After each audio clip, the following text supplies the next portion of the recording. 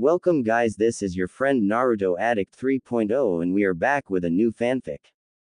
Today's fanfic is titled, What if Naruto and Kurama created a dark empire with Sakura, Hinata and Ino? Part 1. Dark alleyway in Konoha. A boy with sun-kissed runs into a dead end with a wall many times taller than him. The boy's name is Naruto Uzumaki Namikaze, the so-called demon of the village because he holds the soul of the Kyuubi, a terrible monster which attacked the village of Konoha the day he was born, and the soul was sealed into him by his own father, Minato Namikaze, the fourth Hokage and leader of the village. He knew his father hated him and the rest of his family did, too. His mother, Kushina Uzumaki Namikaze, agreed with his father to abandon him because she believed he became the demon that he held inside of him. Naruto's younger twin brother, Menma, and his younger twin sister, Mito, each held 50% of the Kyuubi's yokai and were both treated like heroes for it. Naruto never felt love in his life, never truly smiled to anyone or has anyone smile at him. He never felt joy for anything, including his own life. All his life he was hated, beaten, tortured, glared at, for something he had no control over. He never asked to be a Jinchuriki, nor did he ask to be hated. But even through all this, he kept the facade of wanting to protect the village. He smiled at those that glared at him, knowing that every glare built his hatred to the villagers and family. Especially his family. They casted him aside like garbage and don't think twice about it. His parents cursing his name even though they were the people who made him. Now he about to suffer another beating to the civilians and ninjas of the village, all because of his father. I've found the demon. One of the villagers cried. This is the fate you deserve. Another on said. And this was the start of it all.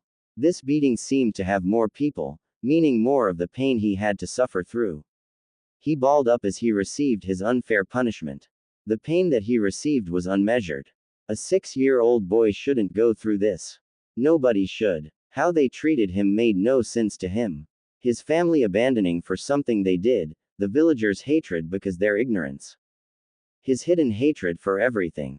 Everything was against him in this world and he knew that. He learned at a young age that he lived for himself and himself only, even though he hid his feelings behind the smile that he so hates. He lived under one motto that he made himself and never told anyone. Live, fight, and love only yourself. That's what it was and how it was since he could remember of his small life. Damn it, it looks like we killed it before we could do more to it. One of the people of the mob said. And he was right. Naruto's body looked like a bulging red stain coming out the ground. Mutilated in every way possible. But the villager was wrong about one thing. Naruto wasn't dead, he was unconscious. Mindscape Kurama's cage. Where am I? Naruto thought to himself as he looked around the sewer he was currently in. The villagers probably threw me down here to let me die. It's time find a way out. He thought as he looked around. While looking around, Naruto found a big cage with the kanji for seal on a piece of paper in the middle of the cage. What is this cage doing here? Is this where the Kyuubi's soul? As he got closer to the cage he saw what seemed to be a human-shaped figure in the darkness of the cage. Come here, child, said a deep voice inside the cage. Nope, not going into the scary dark cave. I'm not like those stupid people in the movies, said Naruto, and he turned away from the cage. Will you come in now? Asked a soft voice that held kindness in it. Naruto turned around and saw in the cage a woman with red-haired woman with a beauty that was unmeasured. Her hair made it to the middle of her back but looked smooth and lustrous. She had a heart-shaped face with a smile that would warmest smile that would melt any cold-hearted person. She had a slime waist and the most smooth-looking arms and legs in double DD that made her look even more amazing. Don't worry, child, I won't hurt you, she said. Naruto, going against what he said about the people in scary movies, walked straight into the cage towards the woman. Who are you? Asked Naruto with an innocent face that swooned the woman. Me. I'm the nine-tailed fox, can't you tell? She said as she turned around and showed him 8 feet. Tails coming from her tailbone. Oh, that's nice to know. He said. You aren't afraid of me. She said in a confused tone. You're too pretty to be afraid of. And you seem too nice, even if people call you an evil fox. Really now, how surprising it is for a child to finally understand me and to talk to. My name is Kurama. What is your name, child? My name is Naruto, and I'm going to be the next Hokage, believe it? He said. Kurama looked at the boy and started giggling and then said, Boy, if it wasn't for my powers, I would have believed your lie for a second. What are you talking about? Said Naruto in a frantic voice, thinking someone finally caught on to his secret. I'm not lying about anything. I can tell you're lying. Do you want to know why? She says. Then she gets behind him and wraps her arms around him and whispers in his ear, I can feel the hate welled up in your chest, locked up so tight no one would notice it. The minimum love in your heart is only to yourself, but we can change that. She said. Naruto looked up to her with wide eyes with his secret reveled. He felt so uneasy now. Naruto, what is your real goal? Kurama said. My real goal, he said, then turned away from her with doubt. You can tell me. I won't hate you like everyone else. I'm the only person you can trust. Talk to me, she said with a calm voice. I want them dead, Naruto said with a dead voice that surprised Kurama. I want them all dead and suffer the way I did these years. To feel their fear instead of their hate. To claw through them one by one till they're all gone. Then he looked right into Kurama's eyes with a powerful killing intent that he was releasing without him knowing, surprising Kurama even further. I want Konoha to burn. Kurama smiled at Naruto with a dark look. Then let me help you, and if you do, we will both see Konoha burn to ashes. Then she opened her arms to Naruto in a hug-like manner which he accepted. Finally, somebody I can trust. He said and closed his eyes and fell into the first hug he ever had. Yes, Naruto, you can trust me. Trust me and only me, more than you trust yourself. Kurama thought to herself as she looked at Naruto with an evil smirk. Yes, you're mine now and no one else's. I'll make you more than strong, I'll make you my mate and have total control over you and what you do. She thought. Now let's take care of those bad people outside your head, shall we? She said with glee. Yes, Kurama-chan. He said with a dark voice. In the alleyway. Let's leave the body for the rats, said a villager. While the people were leaving the alley, they never noticed Naruto get back up, covered in red charcoal with an insane grin on his face, his wounds fully healed. Where are you going? Said Naruto in a demonic tone. I'm still alive, can't you see that I'm still standing? Then, Naruto attacked, leaving no survivors. Everyone that participated in the mob were destroyed and killed in the worst way. The blood stained Naruto's already red shirt so much that it started to turn black. The wild look in his eyes as he tore through the villagers' bodies, ninja and civilian alike. His eyes, now red that replaced the blue that was once his eye color and a black slit in the middle, showed his insane glee as he murdered everyone in the alleyway. Nobody could stop him. He wouldn't stop this for the world. The first time he ever felt stronger than somebody, the first time to hurt his abusers. His first time at revenge. Hours later at the Hokage Tower. Hokage-sama, something's happened in the village, said the advisor. Minato turned in his seat, showing his blonde hair and blue eyes with a fire within them. Show me. In the alleyway. What happened here? Said one of the Anbu that came with the Hokage at the murder site. There floating in a pool of the villagers' blood was Naruto, unconscious. A smile on his face. During 6 years, what happened in the alley made Konoha scared. The demon started to fight back. This never happened before. The Hokage and his advisors were in heated debate telling what should they do with Naruto. Execution, banishment, anything was suggested. Minato was the one to come up with the solution. We will keep him underground in my mansion. I'll build a cell made by me personal to hold him down. He won't escape. I will place seals all over the walls that will hold the demon so it won't mature in its power. The seals will only respond to me and my wife, Kushina, Charka, so we can release it when the village is in times of peril. Nothing like this will ever happen, said the Hokage. Everyone agreed, and in the Hokage's mansion was a cell. The door looked like a vault to a bank that held millions of dollars in it. When opened, a 5-meter walk downstairs underground will lead you to a door and a window which should you Naruto's room. A slab of metal came out of the wall, a blanket and pillow was on top. To the side there was another room with a toilet, shower, and sink for personal needs. All around the cell were seals that blocked yokai. It was the perfect place to put Naruto. A perfect place for Kurama to take over Naruto as well. Naruto, while being looked up in the cell, didn't stop him from training. Kurama would teach him inside the mindscape.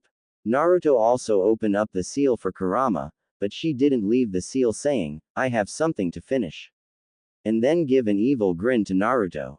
Also throughout the years, Kurama started to get obsessed with Naruto. While he was younger, it wasn't really anything serious, but when he started to get older, that's when things started getting weird. Kurama would say that he belonged to her and that he would become a great mate for her. She told him that he would be her future mate when she fully turned Naruto into a demon. She started being forceful on him when he wouldn't do something right. Then she would start to force herself on him. She would have total control over Naruto since he opened the seal. Kurama took over the seal and made it her own domain. If Naruto started to run or fight back Kurama, she just make chains to hold him down while she did what she wanted to him for hours in the mindscape.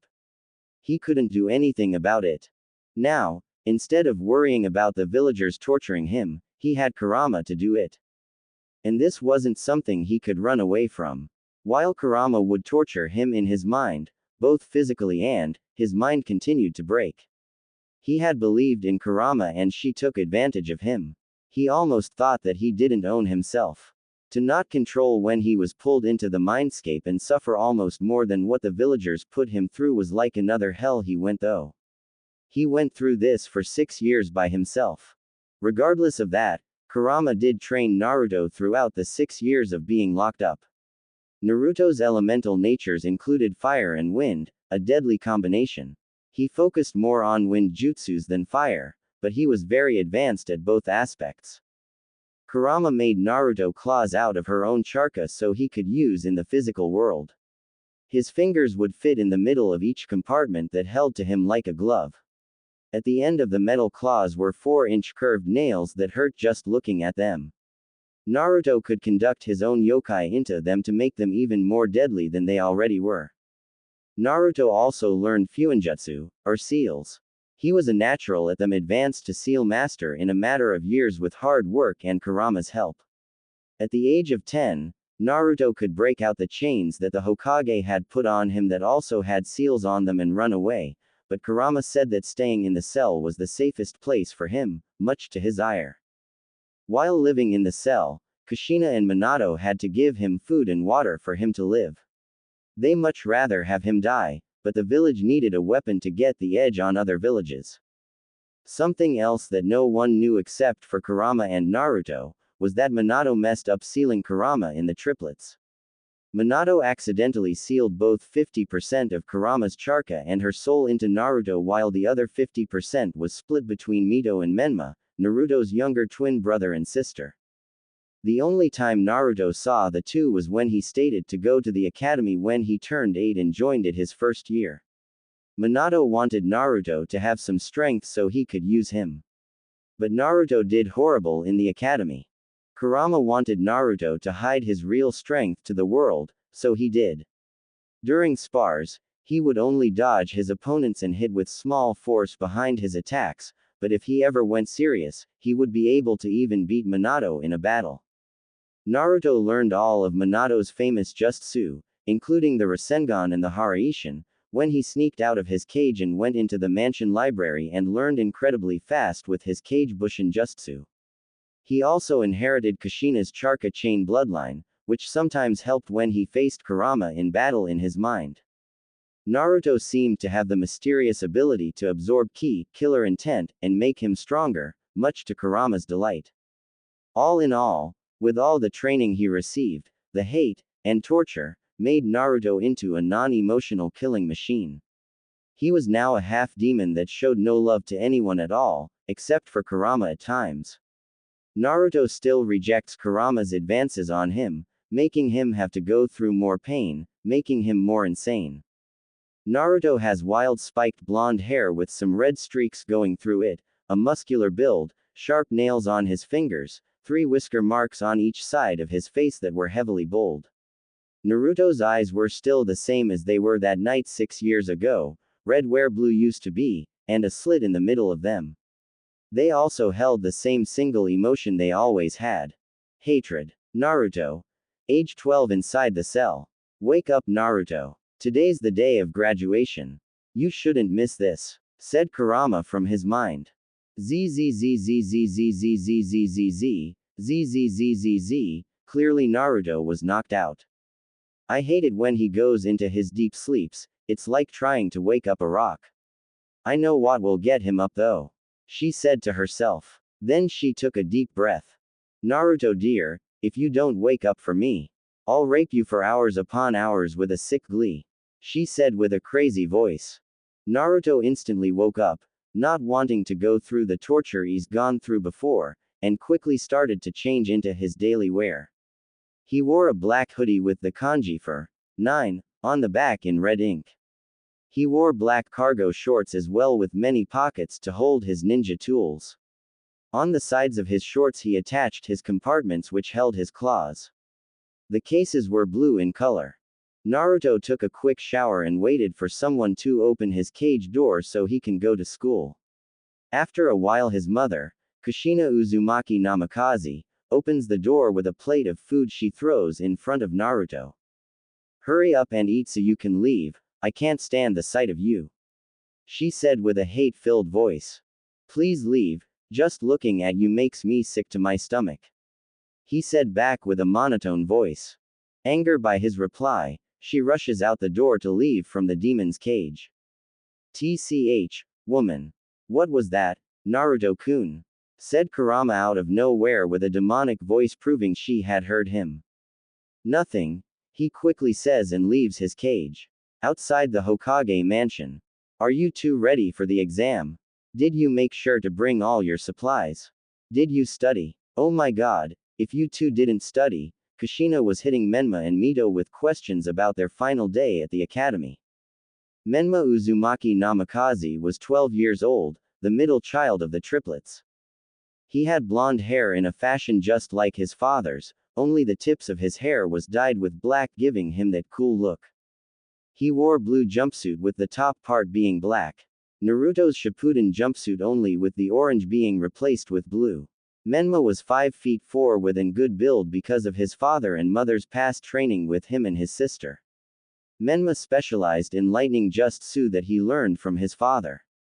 The only thing he couldn't get to learn yet was how to make and conduct chakra chains, unlike his mother and sister, but has gotten close to learning his father's Haraishin. Mito Uzumaki Namikaze was an amazing looking girl.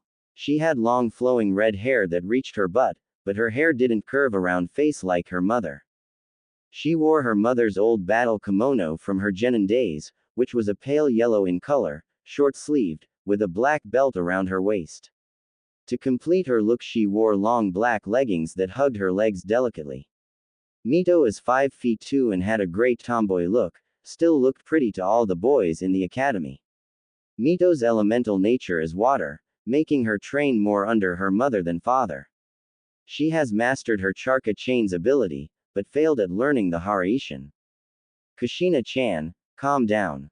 These two will have no problem in passing the exam. They are, after all, our children and prodigy, said Minato with a loving smile to his wife. All right, Minato-kun, I believe you. You two just make sure you try your best and nothing will stop you from passing that exam, said an over-enthusiastic mother. Hi, Ka-chan. Don't worry, me and Ni-chan Menma will pass with everyone else in the dirt, exclaimed Mito. Yeah, me and Mito-chan will pass everyone, especially him, said Menma, saying the last part while pointing his hand back to the house, everyone getting what he was saying. No matter what happens, I'm so proud of you two. These last 6 years have been good to you too. You're both on your own level with all the hard work you to put into your training. I'm proud to be your father, said Minato with almost tears in his eyes. Then they all had a family moment with a group hug, but was interrupted by our favorite half-demon. Your expression of love is a terrible sight for me to see, said Naruto with a monotone voice. What do you want, demon? Said Menma getting right into Naruto's face. Nothing. I am simply passing by, no reason to get loud, said Naruto as he went around the family that he was excluded from. I shall not be late for the exam, this is the time for me to get out of the academy, he said and started walking away. That's if you even pass, which I doubt would happen, said Mito with an angry scowl at Naruto's back. Naruto didn't reply but keep walking, leaving the family behind. You two don't worry, I'll make sure that you don't have him as a teammate. Now go to the academy and pass the exam, said Minato. With an excited cheer, the two ran up to the academy to finish their last year as academy students. At the academy, Naruto was at the back of the class, looking at the paper that they were supposed to finish in 1 hour's time. He already knew all the answers, so answered them quickly. The Shuriken and Kunai test came up next, and he missed a couple points on the test on purpose, putting him in 5th place in the class in accuracy. Next came the Just Su test, in which was easier to him. Instead a regular Bunshin, he made a Kage Bunshin instead, with the result of him overall passing the exam and making him a genin. All right class, I will now say the teams. Team 7 will be Sasuke Uchiha, Sakura Haruno. Yeah, that's right. Who's on a team with Sasuke? Me. That's WHO. Nothing can stop this feeling I have right now, said Sakura, the loudest female on the planet. And Naruto, said Iruka, an academy instructor, with a sweat drop going down the side of his face. No, I don't want him there ruining my time with Sasuke, said Sakura, whose feelings on the situation just did a complete 180. Too bad. Your sensei is Kakashi Hatake. Anyway, Team 8 consists of Hinata Hyuga, Inuzuka Kiba, and Aburama Shino and Kurenai Yuhi. Team 10 consists with Nara Shikamaru, Yamanaka Ino, and Akamichi Choji and Sarutobi Asuma. Team 11 consists of Menma Uzumaki Namikaze, Mito Uzumaki Namikaze, and Sai, and your team sensei will be Kushina Uzumaki Namikaze. Now will everyone wait until your team sensei comes to pick you up. Good luck out in the shinobi world, I am proud of everyone here, said Iruka and then left out the classroom. Can you believe it? Ka-chan is our sensei. This is so exciting, said Mito to Menma, who was leaning on Hinata's shoulder. Yeah, and with Ka-chan help, I'll be stronger than everyone in the village and become the next Hokage, said Menma. And of course, I'm bring my amazing girlfriend up with me, said Menma while kissing Hinata on her cheek. I'll hold you to it then, she said while wrapping her hands around Menma's back. Ah, you two are so cute, said Mito. Those two expression of love sickens me, thought Naruto. I have to force you to do that to me, Naruto, said Kurama from Naruto's mind. Naruto looked around the classroom to see Sasuke Uchiha look dead at him, with his fangirl Sakura looking at Sasuke with hearts in her eyes. Don't get in my way, is what the eyes said, but Naruto didn't care. He had plans for those two that will benefit him in the end. 3 hours later, Naruto, Sasuke, and Sakura were the only people left in the classroom. Naruto was still staring into space, same as Sasuke and Sakura. She was knocked out. Then the door opened to a man with gravity-defying hair with a mask over his mouth, leaf headband covering his right eye, in a regular Jonin outfit. He looks at the team and looks hard at Naruto with surprise in his eye. Then he says, "My first opinion about you all is that I hate you," said Kakashi. "All right, to get familiar with each other, let's introduce each other, shall we?" said Kakashi with an eye smile. "Maybe you should go first, sensei, to see how we should do it," said Sakura. "All right, my name is Kakashi Hatake, what I like to do is none of your concern, what I dislike is too much to say, and my dream is also none of your concern." "Okay, so who's next?" said Kakashi with another eye smile. We didn't learn anything at all about him. The three thought to themselves. How about you, Pinky? Introduce yourself, said Kakashi. With a huff at her new nickname, she says, my name is Haruno Sakura and my likes are. She then looks at Sasuke with hearts in her eyes. My favorite thing to do is, and just like last time she looks at Sasuke like he is a god, and my goal is to, and with a squeal that sounds like she just had an orgasm, she gets closer to Sasuke. Then her attitude does a complete 180 and says, I hate Inouen, and looks at Naruto with fear in her eyes. Not that Naruto cares about her. So even she hates Naruto. That boy's life is so hard. It isn't like I made it better that day. Kakashi says in his mind, remembering a day about Naruto, but quickly closes off those thoughts. All right, Mr. Butt, introduce yourself, please, said Kakashi to Sasuke. With a grunt, Sasuke says, my name is Uchiha Sasuke. I don't have a lot of likes except for training in my clan's traditions, have too many dislikes to say in one sentence, but my goal, then he looks into Kakashi's only reveled eye and said, to find somebody in this world and to get the truth from him. He says, leaving everyone except Kakashi wondering who he was talking about. Get the truth, does he know something about the massacre nobody else knows? Thought a surprised Kakashi. All right, Mr. Sunshine over here, tell us about yourself, says Kakashi. Without giving Kakashi a look about his nickname, he says, my name is Naruto. I do not use my middle and last name because my so-called family denied to accepted me as their own. I have no likes at all except for sleeping and oranges. I have many dislikes, but they all can be summed up in one thing, I hate Konoha and everything in it. Everyone in it, the builds it holds, its so-called rich history makes me sick. My goal is to be free from this place once and for all, says Naruto with a very serious voice. Everyone was surprised about what Naruto said. He basically said he wants to destroy Konoha and become a rogue ninja. Sakura looked at Naruto a little more afraid than before. You're kidding, right? You really don't mean that, right? Sakura said. I was serious and truthful about the whole explanation. The only thing I might have lied about is that I more than like oranges. They just taste so good, said Naruto with a little emotion in his voice. Ah, Naruto, don't I include in one of your likes, right? Said Kurama, and the open seal started to burn and hurt Naruto. He had to keep a straight face so no one would notice his pain.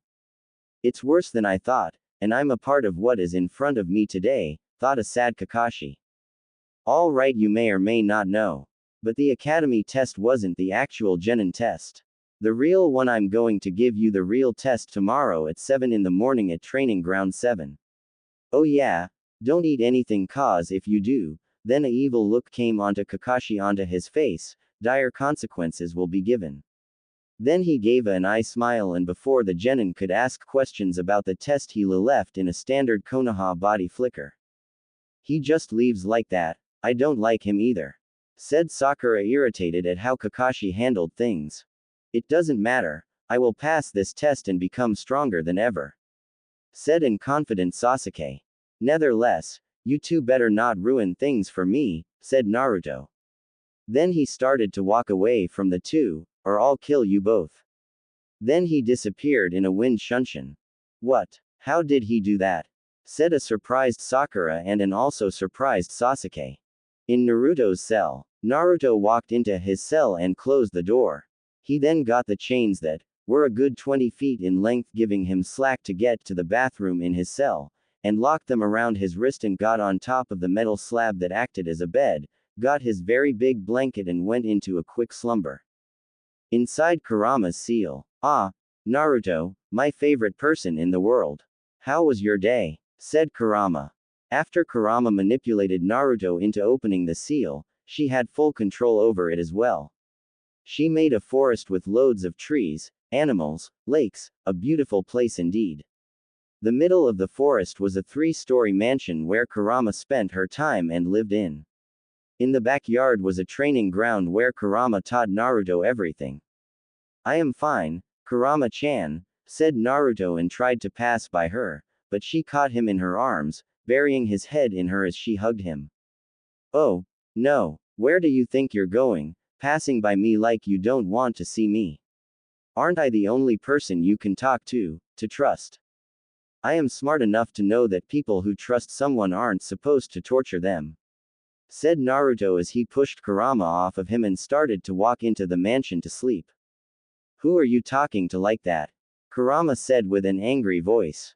Naruto kept walking towards the door when he felt something wrap around his waist and pulled him back towards Kurama. It was one of Kurama's tails that pulled him back towards her. "Listen here, Naruto," said Kurama. Her long hair covered her face. She started radiating ki that he could handle at first, but then it started to get too heavy, even for him to absorb and add to his own strength. Then she lifted her head back up and revealed an angry face and red eyes that were glowing with rage. "Don't you ever get smart with me, do you understand me?" said Kurama told a terrified Naruto who is now showing a very scared face. Why yes KKK Kurama-chan, said a stuttering Naruto. "You need to understand that I was the only one looking out for you in that cell. I'm the only person in the world who cares about you, and you turn your back at me. The nerve of it all," she said. She started to tighten her grip around Naruto, causing him to scream in pain. "Yes, that's right, scream in pain.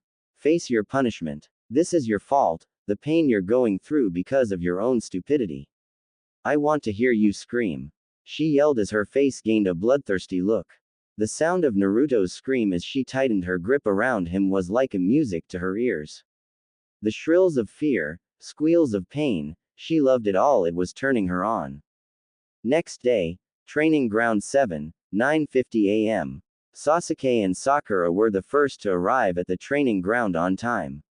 Sakura walked with Sasuke to the training ground trying to get some alone time with him, only for her to just look at him. An hour later came to the training ground.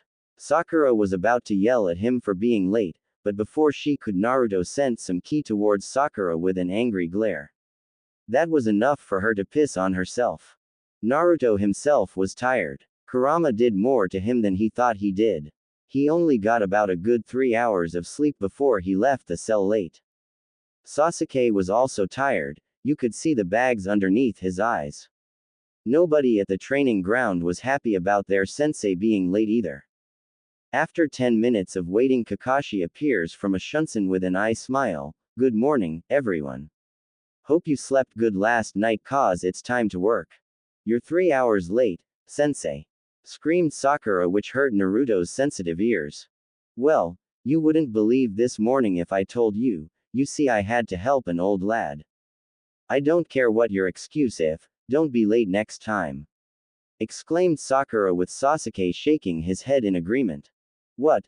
Someone who doesn't let me even say my excuse for being late? That's never happened before," said a surprised Kakashi. "All right, you three, for you to be a official genin you must get these bells from me." Kakashi then reveals 2 bells that were attached to his pants. Those who get the bells pass, simple enough. But sensei, there are only 2 bells, what about the other person who doesn't get a bell? "Well, they get sent back to the academy, of course," said Kakashi. "Sent back to the academy," said Sakura in a whisper of disbelief. "If you don't pass this test, then that's enough said that you are not ready to become a ninja and will be sent to the academy for another year," said Kakashi in a serious voice. "This test will last until noon." Then Kakashi put a timer on top of one of the 3 logs protruding from the ground and set it for a couple of hours. "This test shall prove that you all are ready to be ninja, but be careful, this test has a 66% chance of failure. Now, is everyone ready?" After 3 nods from the genin, a quick shout told the genin to hide among the trees. Sasuke and Sakura did, while Naruto stayed put. Naruto, you're supposed to go hide somewhere to get an advantage over me," a confused Kakashi said. "This test doesn't make sense, I've never heard of a 2-man cell. That would decrease the chance of successful missions, since it would put more work on the other 2 genin. There is a hidden meaning to this, I just don't know what," said Naruto as he started to walk into the forest with a small pep in his step. If he wasn't isolated for so long, he probably would have figured it out already. thought Kakashi as he left the area to go find Sakura and Sasuke. With Naruto. Kurama-chan, what does the meaning of this test mean? Asked a very confused Naruto. You really don't know, do you? Well, I never did teach you about teamwork, since I told you to only trust in me and no one else. Teamwork. What does that mean? Asked Naruto. Teamwork means that you work with your friends to accomplish a certain goal. Said Kurama. What does friends mean? Again asked Naruto. People you trust, like me. But you more than trust me, right, Naruto? Said Kurama in a too sweet voice. Naruto didn't reply to what Kurama said, which made her mad, but she didn't do anything to him. He suffered a lot last night anyway. Just thinking about last night put a dark smile on her face. I should go find the Uchiha and Harno. He said to himself as he rushed into the forest following Sakura's scent of too much perfume. With Sakura, if I can find Sasuke, we can team up and get the bells for ourselves so we can leave Naruto by himself, thought Sakura as she jumped from tree to tree. She truly was afraid of Naruto. She thinks that Naruto was much more stronger than he put on, epically after he used the body flicker technique, yesterday. That was a Chunin move, and he add wind to it, making her believe he really is strong. It will be okay, once me and Sasuke pass, I'll never see him again. Thought Sakura. Then she thought about the test that Kakashi gave the three. Then she stopped her pursuit for Sasuke. Wait of minute, there's no such thing as a two-man cell, only three-man cell. Kakashi says only two people can pass the test, but that was a lie, it has to be. Having a two-man cell will risk mission success rate, making it even more dangerous to take high-class missions. This whole test is about teamwork. Sakura, now with a determined mind, went to go find both Sasuke and, sadly to her, Naruto. With Sasuke, I don't know what you're trying to do, Kakashi, but I will find you and defeat you and take those bells for myself. Clearly, Sasuke was the of the team and didn't understand what the test meant at all. Where are you, Hitaki? Yelled Sasuke. Sasuke, yelled a tired Sakura as she jumped in front of Sasuke. What do you want, Sakura? If this is another date offer then.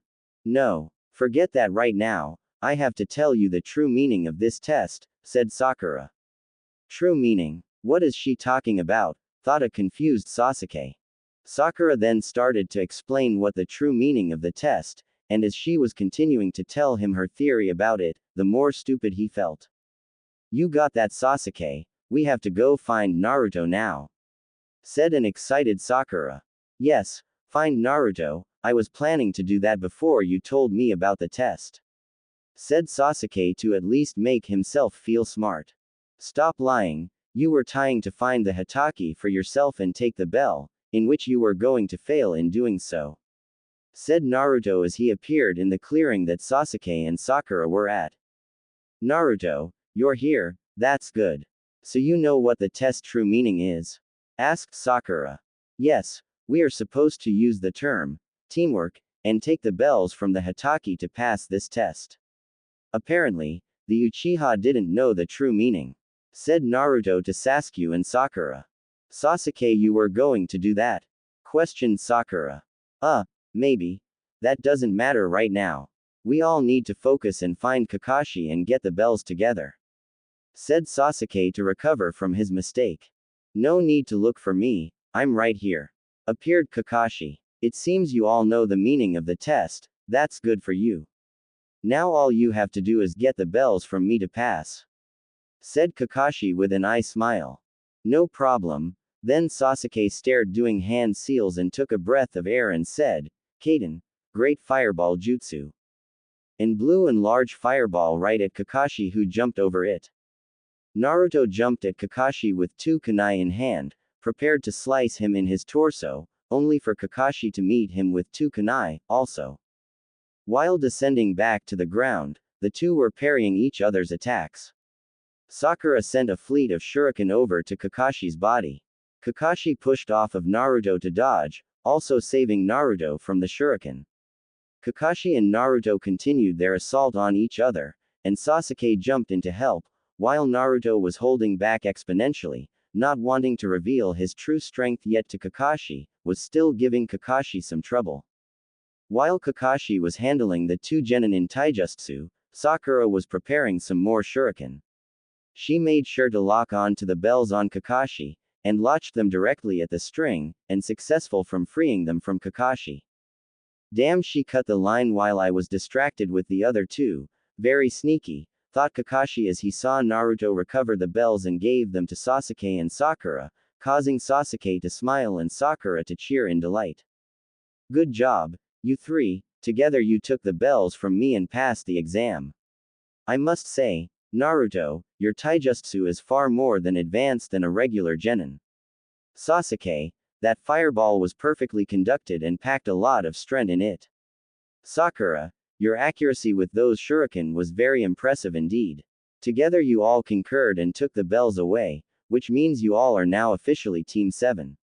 Congrats, said a proud Kakashi to the genin. CCCHHHAAAA. We did it, we're genin now, said a very happy Sakura. Sasuke had a smirk on his face, showing his happiness, while Naruto had a frown on his face. It's almost time, he thought to himself. We shall meet on the bridge on the east side of Konoha at 10 a.m. every day from now on. Tonight, make sure you get a lot of sleep because we start work tomorrow. Jane, and Kakashi disappeared in a puff of smoke. Alright, let's go celebrate. You guys in? Asked Sakura. No, we're staying here for the moment, said Naruto. What do you mean, dope? Said Sasuke. It means that I'm going to explain something to you too, said Naruto as he faced Sasuke and Sakura with a serious expression on his face. Growing up, I've known the Hitaki from an past experience that I remember, and it seems as if he isn't going to acknowledge the face of what he did. But that doesn't matter now. What I mean is that the Hitaki will not be a good teacher to me or Sakura, only to Sasuke, but even then Sasuke will be as strong as a higher than average genin, said Naruto. How do you know this? Shrieked Sakura. Because the Hitaki feels guilty for not saving his Uchiha friend that died way back when he first became a Jonin. Not only that, but the council has ordered him to train Sasuke more than Sakura and to not train me at all, said Naruto. Why would they do that? Asked a now interested Uchiha. Since you are the last Uchiha in Konoha, the council wants to tie you down to Konoha and believe you can only get stronger here, making sure that you won't follow your older brother's footsteps and leave the village. Sakura now had a shocked face on her because she knew what happened to the Uchiha that night a good 4 years ago. Sasuke was angry, though. How could the council try to make sure that he didn't turn into his brother? The council didn't know the whole story behind the Uchiha massacre. Those bastards, thought an angry Sasuke as he clenched his fist to control himself. I know one thing, continued Naruto, is that I will not have a weak team, so I will train both of you so when the time is right, we will reveal our true strength together and show Konoha not to with us, said a dead serious Naruto. You're going to train us, dope. I'm stronger than you, so how can you train me, an Uchiha elite? Laughed Sasuke. Then faster than the two could see, Naruto grabbed Sasuke by his throat and slammed him down to the ground. Ga hhhhhhh. Howled Sasuke in pain from the powerful and sudden attack. Stop this, Naruto, yelled Sakura as she tried to throw a punch at Naruto, only for him to catch and to knee Sakura in the stomach, causing her to spit blood out of her mouth. If you really think I'm weak, then you shall soon change your mind after this, said Naruto as he started his assault on Sasuke and Sakura. He continued his attack for a good half hour. The two tried to fight back, but they were facing a ninja who could face the Hokage and win with so much as a scratch on him. After a while, Sasuke was slammed down into the ground, bruised and open wounds all over his body, Sakura looking in the same right beside Sasuke. Naruto then slammed his foot on Sasuke's stomach, causing him to throw up blood on the ground. With his foot still on top of Sasuke, Naruto looked down at Sasuke, an angry expression on his face. Are you stronger than the Hokage? Asked Naruto. Sasuke didn't answer him, causing Naruto to get angrier and stomped on his stomach again, causing indescribable pain to Sasuke. I said, "Are you stronger than the Hokage?" yelled Naruto. Quote, comma dot. "No," wheezed out Sasuke. "Are you stronger than the Hitaki?" "No," he replied. "Are you stronger than you, brother?" "No, I'm not." "Are you stronger than me?" yelled Naruto. Quote, comma dot dot. No, I'm as weak as a regular genin. That's what I keep running away from. Saying that I'm an Uchiha doesn't make me strong at all. It's just my last name," said a very sad Sasuke. "It's good that you understand your limit. If you listen to me, you will get stronger. If you listen to me and not the Hitaki, don't do what Konoha wants you to do." "Both of you," said Naruto. Sakura and Sasuke looked at each other to see if this was the right choice. After a while, they both nodded their heads to Naruto, agreeing to his proposition. Good. Then he grabbed them both and they all left the training ground. Outside Konoha Hospital, the new team appeared in a red flash in front of the hospital, Sasuke and Sakura wondering how they got there. Naruto then went to his pocket and gave a stack of money to the two and said, "Tell the doctors that you both came back from a terrible mission and were hurt very bad. This will cover the medical bills. You two need to be in full health by tomorrow because after we finish our D-rank mission, we start training." Then he started to walk away but turned around to Sasuke and said, "Oh yeah, Uchiha, do me a favor and turn off those cursed eyes, goodbye." And he disappeared in a red flash again. Sasuke didn't understand what he was talking about at first, but then he took off his headband and used it as a mirror to see his eyes were now red with two black tones in each eye. Sakura and Sasuke looked at each other, before walking into the hospital. 2 months' time. It's been 2 months since Naruto whooped Sasuke and Sakura's and took them in as his apprentices. What Naruto told Sasuke and Sakura about the Kakashi only training Sasuke was correct. Kakashi would only train Sasuke, and when he did, it really wasn't nothing serious because of Kakashi's laziness. When the team would finish their D-rank missions and Kakashi would dismiss the team, the three genin would head to training ground 7 every day for 2 months. Naruto first found out that Sasuke had fire and lightning elements while Sakura had the earth nature element. Sasuke has practice in his clan's Jutsu. After him and Naruto went into the Uchiha clan library, which was old and abandoned, they took most of the fire, lightning, and earth Jutsu they saw. Sasuke also started in training in Kenjutsu, which he took in like water to a sponge. Naruto made sure that he trained him in his chakra control and then started on mid-chunin level Jutsu and higher. Sasuke also learned everything he could about his Sharingan, and to make sure he knew that it was another tool, and that it didn't make him better than everyone else.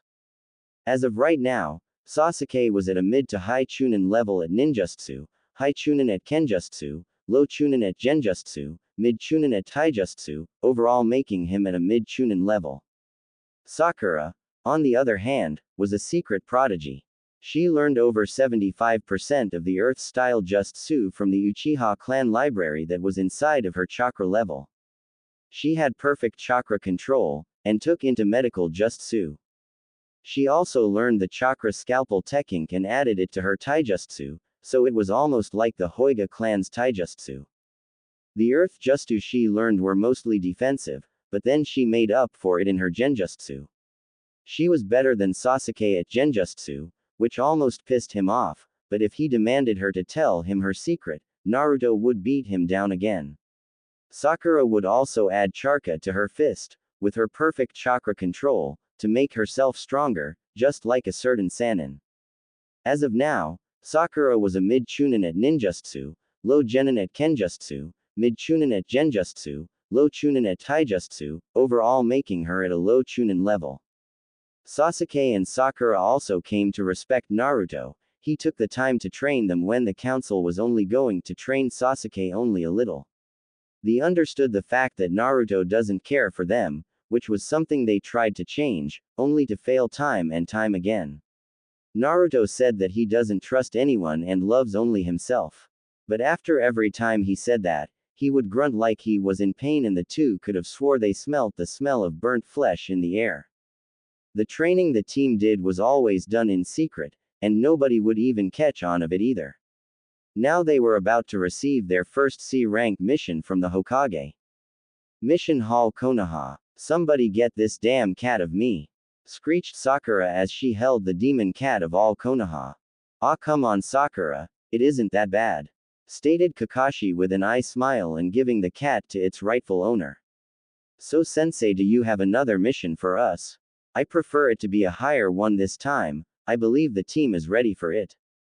Well, there is this C rank I can give them, said Minato. A C rank. Let's get it sensei. I'm so sick and tired of painting fences and dig up plants. Let's do some real ninja missions, exclaimed Sakura to Kakashi. Hold on Sakura, let's see what the mission is first. Sensei, said Kakashi asking if Minato would keep reading. It's a simple mission where you are to guard the bridge builder, Tazuna, back to Nami no Kuni, the land of the waves. Let him in, said the Hokage. As soon as he said that, an old man who looked over the age of 60, and the smell of alcohol reeking off of him. This is the team that's going to protect me, they're nothing but little kids. The black-haired kid looks like there is that girl's hair is making me go blind, and the blonde, he then looked at Naruto and shivered, he gives me the creeps. After trying to control Sakura and Sasuke because they were trying to kill Tazuna, they went off to go get their supplies, but before they left, Minato said something to Naruto. Look at me before you go demon, he said to Naruto. Naruto turned to Minato and looked him dead in the eye. What? You behave yourself during this mission, if not, there will be consequences, understood? He said. TCH, you do not scare me, Naruto said and left out the room. When he left, Minato saw Sasuke glaring at him before he left, too. What did I ever do to him? Minato thought as he continued his work. 1 hour later, an hour outside Konoha. This trip was boring to Naruto. All the walking they were doing was making him bored. He would have enjoyed it if he was by himself. He liked being outdoors, seeing he is a half-fox demon, and that he spent half his life living in a cell, being outdoors was great. It was the people he was with that made him mad. Kakashi was over there giggling to himself while he was reading his smut he calls a work of art. Sakura was running around seeing all the animals and being excited in leaving the village for the first time, and Tazuna was drinking the walk away with a heavy-smelling alcohol, which was affecting Naruto's nose a lot. The only other person that had some common sense was Sasuke, as he was just walking and watching out for enemies, which Naruto was grateful for. Then, out of the corner of his eye, Naruto saw a small puddle of water right beside a tree and noticed it was a genjutsu quickly. He saw that Kakashi, Sasuke, and Sakura noticed as well. Tazuna was too busy tripping over himself, not that he would notice anyway. Once they passed by the puddle, he sensed that 2 people came out and was ready to attack. Naruto didn't feel like getting his nails dirty though, so he gave it to the other 2 genin. Uchiha, Haruno, deal with it, was all he said. The 2 quickly turned around and met the 2 ninja with kunai in hand and parried the poison claws they had. They all jumped back and recharged at each other. Sasuke, before meeting his opponent again, took another kunai and threw it to the shuriken chain the 2 rogue ninja had attached to their clawed hands, and stuck it to a tree. Both ninjas fell down on the ground because of the attack. Sakura then stabbed the 2 in the arm that didn't have the claw hand on it, making it impossible for the 2 to move either arm. Sasuke and Sakura then put kunai to the rogue ninja's neck, signifying their defeat. Wow, good job you 2. You handle the situation well, he said to the 2. He then tied the 2 and recognized who they were. These 2 are Gozu and Maizu, the demon brothers, and are ex-ninja of Kurigakure, the land of mist. They are Chunin-leveled ninja, which brings me to ask why they are trying to kill you Tazuna, said a serious Kakashi to a shaking Tazuna. Alright, I lied about the mission difficulty when I gave the mission to Konoha because Wave doesn't have the money to pay for a higher ranking mission. The only I could have afford was AC rank. Then he started to fake cry and said, it's okay if you want to quit, I'll understand. But when I die, My daughter might kill herself and my grandson may cry for months cursing Konoha's name, but it's all okay. Ahahahaha. Then he started to laugh and cry. He wants to make us feel bad, they thought as everyone except Naruto's sweat dropped. Kakashi then turned to the genin and said, "It depends if you all want to continue this mission. You don't want to, I won't blame you and we can head home now," said Kakashi. Instantly, Naruto replied, "There's no way in hell I'm going back to Konoha after I just got out. I rather deal with this drunk old man than the villagers and my family," he said in a dead tone. Everyone, except for Tazuna, wasn't surprised about Naruto's answer, as he expressed many times his hatred for Konoha. Kakashi saw that Sakura and Sasuke wanted to continue as well, in which they did, receiving many thanks from Taswana. Hours later, Ocean, the team and Tazuna were on a boat take them to the land of waves, and they all see the bridge being built in the mist. "Wow, that's the biggest bridge I've ever seen. Why do you build it in this heavy mist, Mr. Tazuna?" asked Sakura. "We do it to hide it from Gato, the tyrant who taken over Wave. If we can build it, we can bring money into Wave, saving the land," he wisely stated. When the group made it back on the land, they started walking again. After a while, something was rustling in a bush, in which Naruto attacked. After what sounded like a struggle, Naruto came back with a rabbit between his canine-like teeth. He took it out and said, "This is dinner," and put it back in his mouth. While everyone was kinda freaked out at the display, Kakashi noticed something. That rabbit's fur is white, but it's not that season anymore, meaning it's kept in the inside.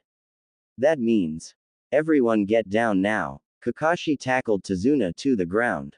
The rest of the genin down to dodge a flying sword going over their heads. The sword lodged itself into a tree and a man jumped on top of it. He had gray-like skin, bandages over his mouth, no shirt revealing his bare chest, gray pants, black sandals, and no eyebrows whatsoever.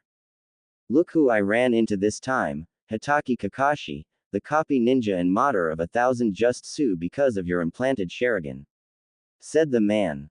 "And your Momochi Zabuza, ex-Kiri ninja but left when you weren't appointed Muzukage, you're also on of the 7 swordsmen of Mist," explained Kakashi. "Well, aren't I honored? The copy ninja even knows about me, my name must be out there." "Well, I didn't come here to talk about names, I can for the bridge builder, hand him over," yelled Zabuza. The genin then brought out their kunai and made protective stances over a terrified Tazuna. "Look at this, little kids that are trying to play ninja, what a sight to see," Zabuza joked. "Kids, have you ever killed someone yet? Because when I was your age," then a fierce look came upon his face as he released a tremendous ki towards the genin. "I had already a whole classroom of kids," he yelled. Sakura and Sasuke were taking the ki better than they would have if they didn't train under Naruto, but the ki was still making them shake a little. Naruto then smiled at Zabuza, his insane side starting to come out because of the ki towards him and said, "A classroom of kids, that's child's play, I've killed a mob of people when I was 6. He said with a bloodthirsty smile.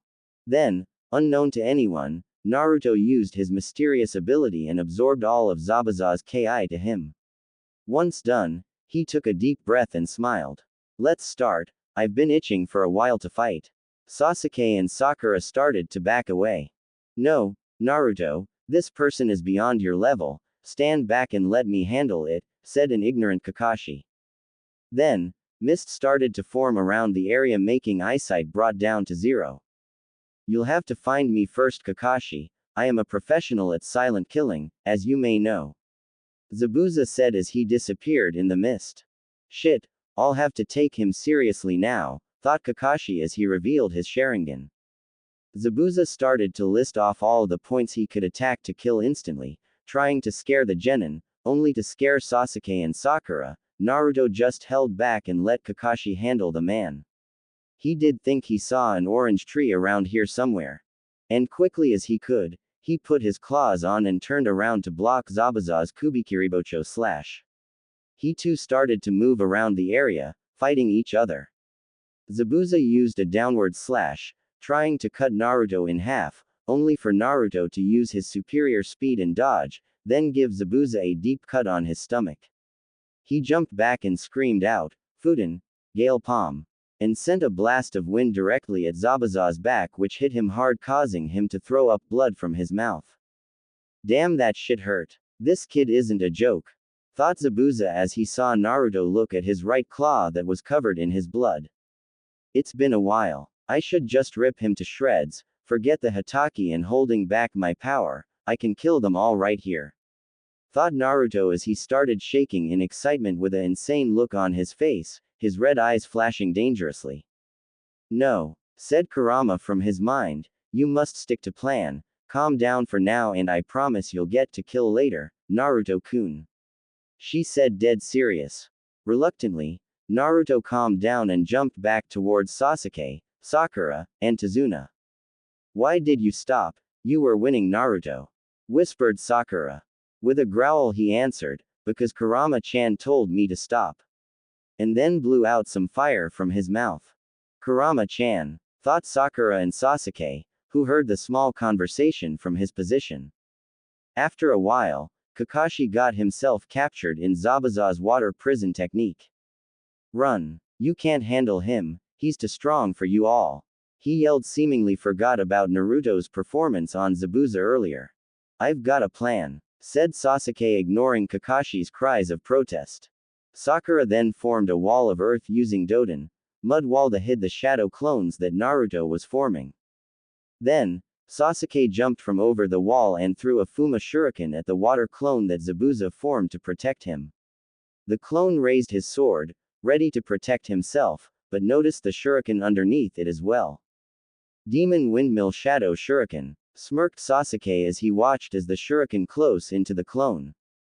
The clone braced itself and used a downward slash to cut through the real shuriken and destroying the fake shuriken. He looked up to only see two more shurikens being thrown by two Narutos. It quickly jumped over the shuriken and it was now heading for the real Zabuza. The shuriken then transformed to reveal the real Naruto, now running towards Zabuza on the water with claws ready to slash through flesh. Damn, I got to move. And he released his hand from water prison, freeing Kakashi in the process, and jumping away from Naruto's deadly claws. I'll take care that brat right now. Sweden. Water dragon technique. He yelled and sent a large water dragon towards Kakashi and Naruto, only for another water dragon to counter it. What? My Justsu. Who did that? Then he remembered who he was going up against, the copy ninja of Konoha. This is it, Zabuza, yelled Kakashi, and faster than Zabuza made hand size for his next Justsu. Sweden. Great waterfall Justsu technique.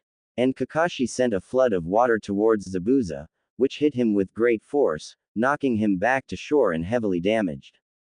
When Naruto and Kakashi got back on land to end Zabuza, two Senbons implanted themselves into Zabuza's neck, effectively killing him. Then a masked Kiri ninja came up to Kakashi. Thank you, Hatake-san, for helping me kill this man. Kiri has been hunting him down for some time now, and because of you we can rest easier now, said the masked ninja with a female voice. Glad to help, he said with an eye smile, and he put his headband back over his Sharingan. With a nod of her head she took Zabuza's body and disappeared. Good work, team, the teamwork you displayed was amazing. Now while we're getting to wave, watch over my body for me, he said as his one eye rolled to the back of his head and fainted. One of you two are holding his body, Tazuna, please lead the way, said a calm Naruto. Of course, right this way. You can rest easy at my house, he said as him and Naruto passed by Kakashi's almost dead-looking body. Sasuke and Sakura looked at each other and sweat dropped together. I'll get his legs, said a depressed Sasuke. I'll get his head, said an equally depressed Sakura. Tazuna's house. The group came up to a two-story house in the forest. Before getting there, they had to go through town, and they saw the poverty that took over the people there.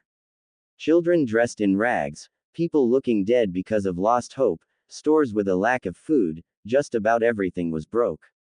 The only person who was comfortable there was Naruto, having gone through the same things and then some. When Tazuna knocked on the door, a beautiful with long black hair, black eyes, smooth-looking skin, wearing a red sweater and black dress skirt answered the door. "Father!" she yelled as she jumped on Tazuna and held on to him in an impressive grip. "Hold on, Tsunami. You know I have a bad back, damn," he said as he tried to hold on to his daughter. "Tsunami, these are the ninja who I hired to protect me and have done so very well," he said. "Thank you for protecting my father, I am forever in your debt," she said with a wonderful smile that makes Sasuke blush. She then noticed Kakashi and told them to lay him down on the couch inside. "Inari, your grandfather is home. Get down here," yelled Tsunami. A boy came from upstairs, with a blue and white striped hat, blue overalls, and a white shirt underneath who looked around the age of 7. "Hello, Grandpa," the boy said as he held onto his grandfather. Naruto, not used to seeing true love, walked out of the house because the situation in there was uncomfortable and walked back into town. In town, Naruto walked around and saw buildings which people lived in that looked like they were going to be demolished. The roads were dirty, everyone was skinny, and no happiness was seen. Yup, he felt real comfortable now. He found a hill and sat on it looking at the town below. It was all Gato's fault that the town was in such a state. Everyone had went through something living in Wave, someone should help them. "Make this land yours," said Kurama. "What?" asked Naruto. "I said make this land yours, we need a base of operations and I am not going to let you live in a cell for the rest of your life. When we leave Konoha, we can come here and make our moves away from Konoha," she explained. "Yes, you are right. Everyone here is miserable, and I can see myself in some kind of way in them. I will take Gato down and start to make base here. But we need allies, but who?" asked Naruto. "Start with that Zabuza guy, he isn't dead because of the Senbon, so we can convince him to be on our side. Then we can start to rebuild Wave to my image," said Kurama. "All right, it is decided, Wave will be mine," said Naruto as he headed back to the house. A week later, Kakashi had woken up and explained to the genin that Zabuza was still alive. He said that he would train them in tree climbing, but they said they already knew that. He asked if they knew water walking, which they all shocked their heads to again. Kakashi settled with trained Sasuke for now while Sakura and Naruto did their own thing. Naruto woke up and went downstairs to see Tsunami cleaning some fish. He walked over to watch how she did it, interested in anything that had to deal with meat. "Good morning, Naruto-san," she said. "Hello," he said in a dead voice. She continued to clean without care that Naruto was watching, and Naruto saw the knife she held in her hands to clean the fish. "The item in your hand, it is called a knife, right?" he asked. "You don't know what a knife is?" She looked at him funny. "I never knew what it was, I just remember them when I was a kid when the villagers stabbed me with them," he said like it was a regular thing. Tsunami, however, jumped when she heard this. "What? Why would they do that to you, a poor child?" she said as kneeled down to get to Naruto's height. He then explained that the village considers him a demon because of what he held and his life in the village and how he was treated during his whole life. When he was finished, Tsunami was openly crying at Naruto. She then hugged Naruto, which surprised him because Kurama's hug would hurt him. "Oh, you poor child, you've never been loved, your family and neighbors hate you for something out of your control, that's too cruel," she cried on his shoulder. "Why do you care? Can't you see that I'm a bad thing to be around?" he said to Tsunami. "No, Naruto, I can tell you're a good boy, even after what happened 6 years ago. You were just angry and went out of control. What you really want is someone to talk to and truly understand you," she said. When Naruto heard this his eyes got wide.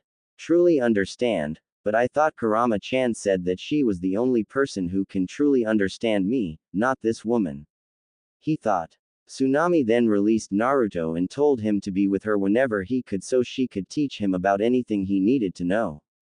Naruto then asked her, "How would I need to restore Wave into a proper village?" Tsunami smiled at him and said, What the people of Wave need is hope. Everyone believes that they're doomed to die because of Gato, but I know someone will save us and take down Gato. She said. And how do I give the people hope? He asked. Tsunami widened her eyes when she heard his question. Is he really going to try and help? She thought as she looked at him. Then she answered his question. Maybe give the people something to eat or rebuild the house that are close to falling down. She said. Naruto nodded to Tsunami and walked out the door, ready to go give his future people whatever this hope word meant. In the forest of Wave, Naruto was thinking about what Tsunami said, to start to give the people of Wave hope, to revolt and become a better village. They should be fed and the buildings should be repaired. Let's start with food first, but where should I get food enough for a good 500 people, thought Naruto. Then Naruto caught the smell of wild hog in the air. Getting a good whiff of the air, he could tell that there was many in the area, only spread out. Naruto got a dangerous smile on his face as he put on his claws. Let's get to work, shall we? He thought as he ran into the forest. Another side of the forest. Kakashi brought Sasuke and Sakura out to the forest to talk about a couple things he's noticed in the group. He couldn't find Naruto, so he had to settle with these two. Alright, you two, where did you learn those moves you used on the walk from Konoha to Wave? He said. Sasuke and Sakura started to sweat real bad. Naruto said that if they told people that they were training under him, bad things would happen. Just thinking about that made the two scared enough. Quickly thinking, Sasuke started off first. I've been training for years in my clan's Jutsu, although I only have a small amount of Jutsu and that they're only high D rank. Said a sweating Sasuke. Fair enough. Good job, Sasuke, you're turning into an exceptional shinobi. Then he turned to Sakura. What about you, Miss Haruno? Well, I've been, training with Ino's clan. She yelled. Oh really? For how long? Said a curious Kakashi. Not too long, really. Only like a month before the academy exams. The only jutsu I learned was my Doden, mud wall technique, and I built my chakra control massively with then as well. She explained. Oh well, that explains that. I just wanted to know that you all were taking your time in training and not rushing yourself. After all, you are still kids. You should enjoy your golden years while you have them. Anyway, I'm going back to the bridge with Tazuna. Jane. He said and disappeared in a body flicker. Thank God that's over with. Said Sakura as she sat down on the ground. Yeah, we couldn't let Kakashi find out about the training we've been doing, or we would suffer Naruto's wrath. He said and shuddered at the thought of Naruto's beatings. Yeah, I wouldn't want to go through that again. Said Sakura. She then looked up at the sky as the wind blew through her hair. We've changed a lot since we have been with him. She said. Yeah, you're right, said Sasuke as he took a seat next to Sakura. Sasuke remembered that he used to be like the Namikaze twins, as he put down everything that even tried to come up to him. He only focused on getting stronger to reach Itachi. But now he knew that other things were more important than chasing after him. Sakura remembered that she was a major Sasuke fangirl, chasing after Sasuke with no other thing in mind. Sure, she was smart, but she was weak in every other aspect at being a ninja. She was actually, and thank God for this, quieter than she usually was when she was training with Naruto. Naruto brought the best out of the both of him. You know, the only person who hasn't changed is Naruto. He has always been distant from everyone. Always alone, said Sakura, thinking about what she heard this morning when she was listening in on Tsunami and Naruto's conversation. What do you mean? Said Sasuke, and Sakura started to tell Sasuke everything she heard from the conversation this morning. 2 hours later, Wave Town Square. A line of Narutos were walking into the middle of Wave. He had all kinds of dead animals with him. He killed wild hogs, deer, rabbits, almost anything you could find in the forest. He brought some kindle and big logs in also, to burn so he could cook his large kill. He also made plates from the stone that came out of the river, the water cleaning the stone of any impurities. Naruto built a large camp-like bonfire, and started to cook his kill, gaining a lot of attraction. "What's that kid doing?" asked a villager. "I don't know, but damn, that stuff smells really good," exclaimed another. Soon, a whole circle was around Naruto and his clones. Then, Naruto took out a marker, got some wood that was laying down and wrote, "Get in line if you want delicious food," it said. As soon as people read that, they got into a straight line and Naruto started serving them. This went on for a good 2 hours. People who haven't had food in days, now stuffed with meat in their stomachs with rations to spare. People actually started smiling and laughing, talking amongst each other, which hasn't happened in a long time. Kids were playing around in the streets like they just weren't struggling to survive a while ago. Naruto looked at this scene and frowned. "What is this feeling I have? It feels so foreign to me. I can't describe it," thought Naruto. Then the people started thanking him, saying that this was just like a dream to them. One of the older women came up to Naruto. "Excuse me, boy, but what is your name?" she said. "Naruto." "Ah, Naruto, you're such a good boy for doing this for the people, and I thank you from the bottom of my heart," she said. Then people started to cheer his name. "Naruto! Naruto!" the villagers yelled. Naruto's eyes widened when he heard this. "A good boy," he said in his mind as he thought back to what Tsunami said to him. "Naruto, you really are a good boy, you've just been hurt for so long that you don't open up to anyone," he replayed in his head over and over again. He started to breath heavy as he kept thinking. "But Kurama-chan said that I was supposed to be evil-like to fit her image and become a good mate, a good demon. Why is it what Tsunami-san said and Kurama-chan said so different?" he thought, not noticing the honorific he gave to Tsunami's name. Meanwhile, Kurama was listening to Naruto's thoughts and didn't like them, not one bit. "Tsunami-san. Tsunami-san. Sa-an. That bitch. What is she trying to do to Naruto?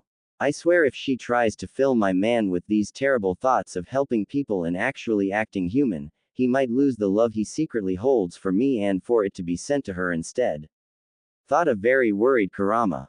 She was going to have to do something about Tsunami really quick to make Naruto forget about what she said to him. "I'll make my move tonight and handle the situation as quietly as I can," she thought with a smirk on her face. Back to the gathering in the middle of Wave, the people were so busy partying that they didn't notice three of Gato's thugs come up with their hands on their blades' sheath. "What's going on here?" said the thug in the middle, most likely the leader. It got dead quiet as the thugs walked around the people, who still haven't said anything yet. Then they noticed the food that everyone had. He grabbed a plate and raised it in the air. "Who's responsible for this?" he asked, only to get no reply again. "So, no one knows," he said as he started to get his sword out, scaring a few people. "I did this," said a voice the thugs couldn't recognize. They started looking around for the owner of voice. Then when they heard a "down here," they looked down to see Naruto, with a rabbit's foot sticking out his mouth, the same one he caught when he met Zabuza. The thugs didn't see Naruto because of how small he was. Even though he was a powerhouse, Kurama still couldn't understand why he was only 4 feet 11. The thugs looked at Naruto and started laughing at him. It was too hilarious to think that this little kid could have did all this. "Why do you laugh?" asked Naruto. "There's no way a little pathetic little boy did this," he said. Then he did something that sealed his fate. He spit in Naruto's face. It was sliding down his cheek, almost touching his hoodie, his precious hoodie. Did he wait a second? What just did that just happen? Oh, it did happen. Kill him, screamed out Kurama from the mindscape. Faster than any could see, red chains came from Naruto's back and wrapped themselves around the three thugs' stomach. He then squeezed them with so much force, he broke every rib in their bodies. The thugs were then dropped on the ground, making them scream even louder. Naruto then wiped the spit off him, then laid out some kunai. "I'll let the villagers take care of you," and walked away. The citizens grabbed the kunai and smiled at the thugs who were shaking in fear. Their screams could be heard for miles. Naruto asked around for a builder of houses, which he found. They talked and Naruto said that he would offer his services, which made the man very happy. Naruto headed back to Tazuna's house after that. Tazuna's house dinner. Everyone was eating around the table. Tsunami made a big feast, because Naruto brought 2 deer that he helped her skin. The food is delicious, Tsunami, good work, said Tazuna as he ate with 3 plates in his face.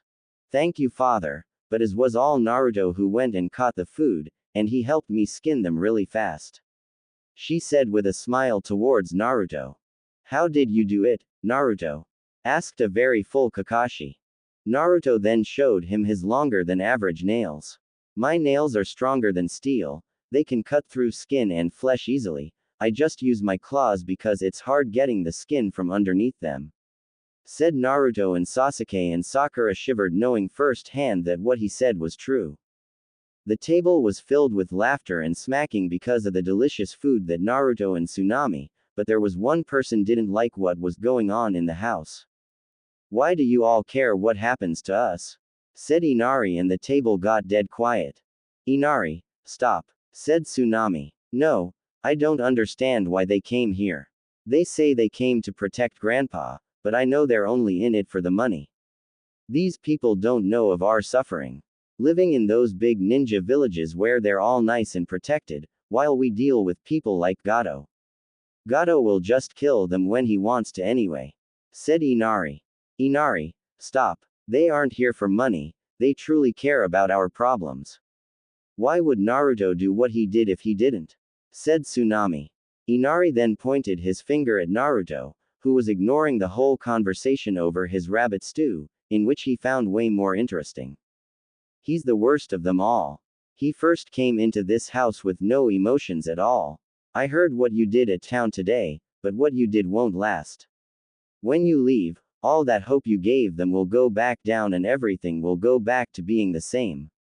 Wave looking like a dead wasteland. He said, only to see that Naruto was still eating. Are you even listening to me? Yelled Inari.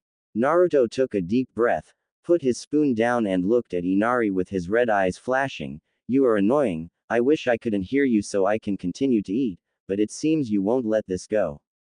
He then stood up and walked up to Inari, bending down to see Inari eye to eye. The reason I gave all those people food today was because of your mother saying it was a good way to give them hope. That hope will give them the necessary strength to rebel against Gato, strength they don't seem to have now. Next, I shall start rebuilding the broken houses that seem to take over Wave, and then I'll kill Gato. Said Naruto, surprising everyone in the room. What? Said Inari. I will kill Gato and everything that has to do with him. That's my plan to free Wave. Now, to me it sounds like you don't want that to happen. You say that I don't care about Wave, but I've already done more than anyone has, including you. All you do is cry upstairs hoping that something would change, someone would help, but now that I'm here, you curse my name. Said Naruto as he then got right into Inari's face, scaring him in the process. You also said that I don't know what suffering is, when it should be switched around. Do you know who it feels to be betrayed by your family, your father sealing a demon inside you? Or how it feels to be beaten daily up to the age of 6? How it feels to be stabbed, beaten with poles, sticks, anything that could cause pain? How about eating from the garbage and sleeping behind a dumpster with a newspaper as a blanket? How about living in a cell without seeing sunlight for 2 years? Or to be mentally tortured by the same demon your father sealed into you, Do you understand my pain? Can you comprehend how insane I really am? Yelled Naruto as his fangs started to grow longer, his eyes flashing even more, an insane smile on his face.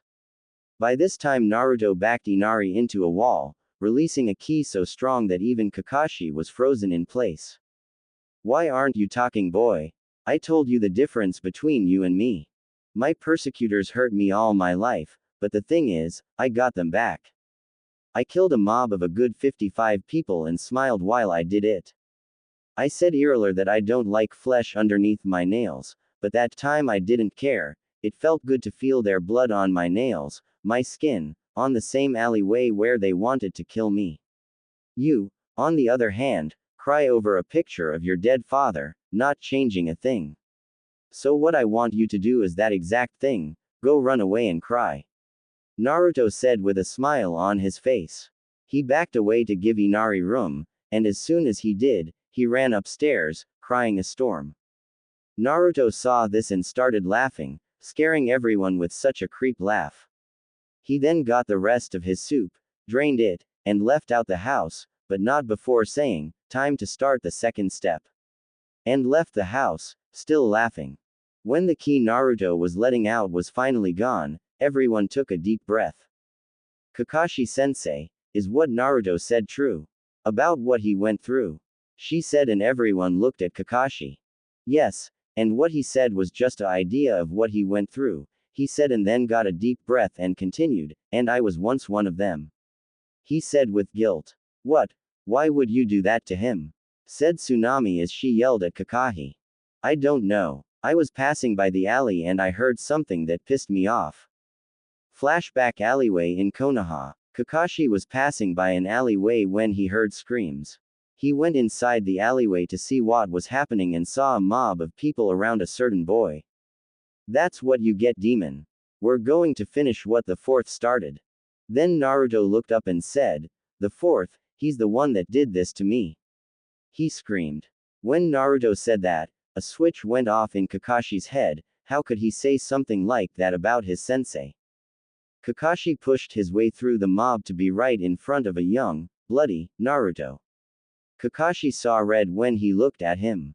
Did you say, the fourth? Sensei is a great person. Never say that around me. Suffer your punishment, demon. And Kakashi shoved a lightning blade in Naruto's shoulder, causing him to scream and pass out. The people were shouting out in praise of Kakashi finally killing Naruto, but he saw different. He saw the dead look in his eyes, the pain he went through, an innocent kid. Oh my god, what have I just done? Thought Kakashi. He quickly left then scene and went to his house to drink away what he just done. End flashback. I don't know why I did it. I just got so angry when he disrespected sensei like that. Yelled an angry Kakashi. Does Naruto know it was you who did it? Whispered Sasuke. I don't know. He hasn't said anything about it when I first saw him in the academy. I haven't seen him in so long and I didn't think I would have him as a student. Said Kakashi. Sakura was shaking in anger.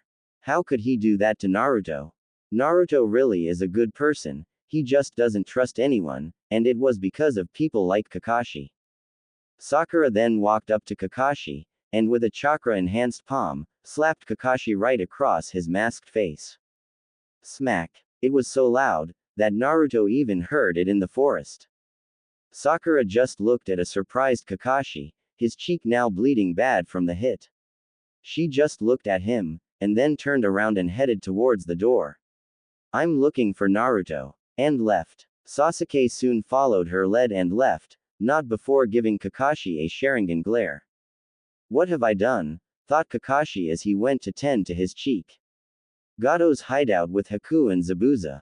Won't be long now, in a few days, we'll go back and kill those leaf ninja and the bridge builder. Said Zabuza as he laid in his bed.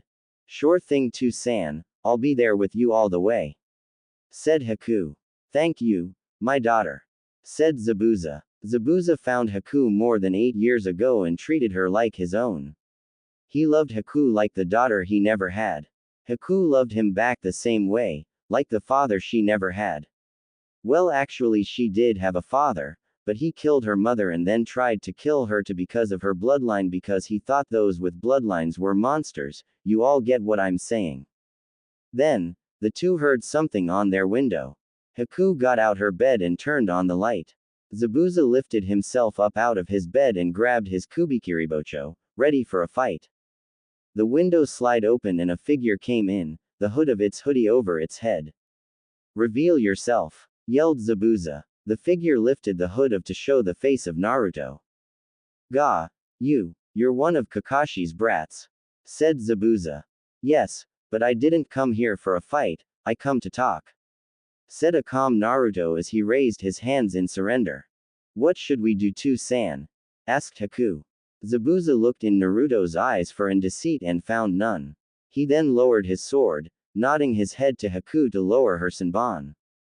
All right, Go ahead and talk, Gaki, said Zabuza. I will, but I must warn you, if you don't agree with what I say, I will have to kill you and your daughter. But if you agree, you won't have to be a missing nin and never worry about money again. Stated Naruto.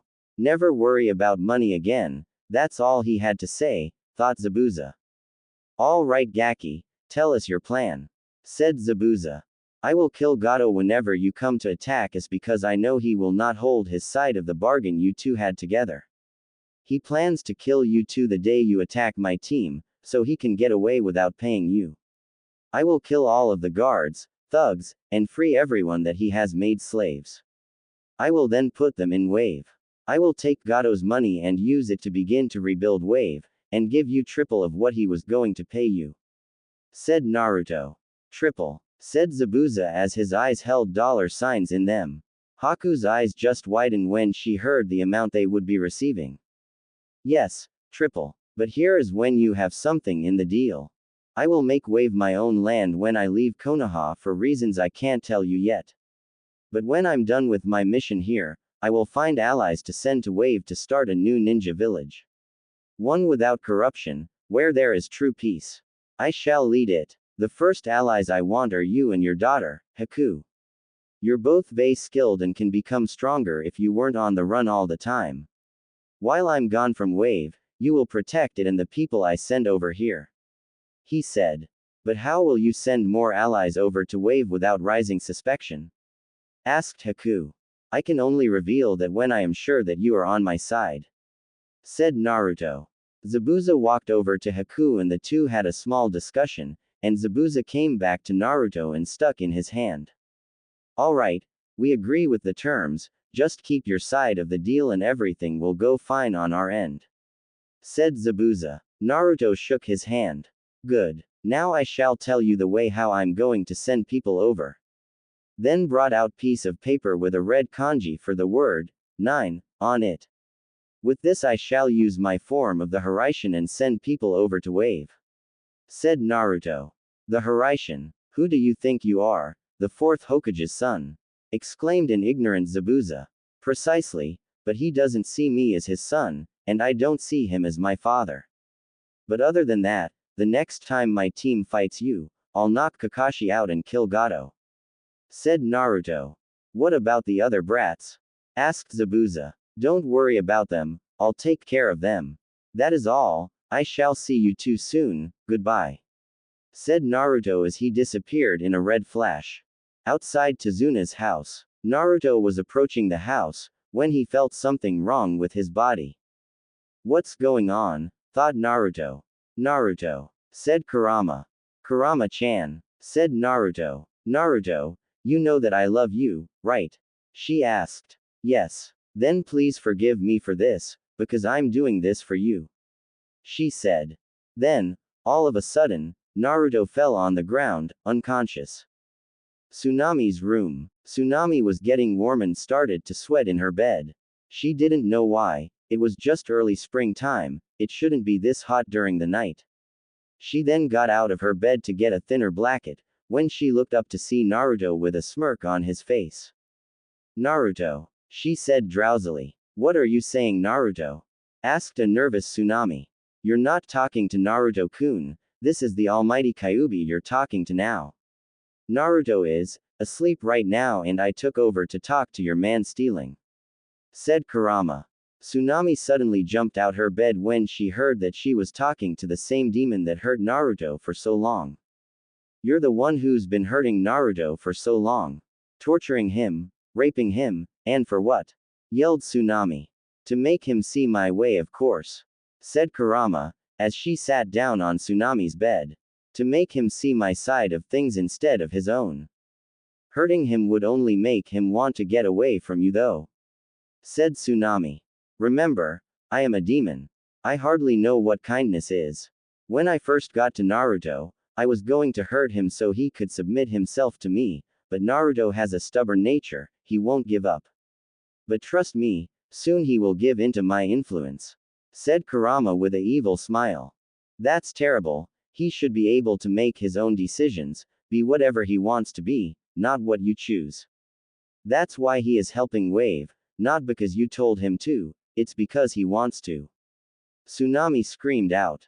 That's what I want to talk to you about. Naruto has been thinking about what you said, about giving people hope, about being a good boy, but truly, Naruto isn't a good boy, said Kurama. What do you mean? Naruto wants to destroy his village. He wants to destroy Konoha, and he wanted to do that before he even meet me, said Kurama to a surprised Tsunami. Because of the villagers beating him, I know. That isn't his fault either. Naruto has never in his life done anything he wants to do, only listen or suffer from others, said Tsunami. He doesn't need to, yelled Kurama. All he needs is me, that's what I've been trying to show him, but he keeps denying it. All he needs to do is listen, which he doesn't do at all, she yelled. She then looked Tsunami in the eye, but he listened to you the first time you said something, and that is something I don't understand, she said. It's because unlike you, he can believe me and trust, faster than she could even see. Kurama wrapped a hand around Tsunami's neck. You say he can't trust me, he can't trust the person who was there for him, even if I did hurt him, it was for him to realize that the pain could stop if he would just listen. That's all that I ask. To listen to me and me only, no one else. I would never lie to Naruto-kun, I would always be there for him, even if he doesn't want me there because I love him, I am obsessed with him.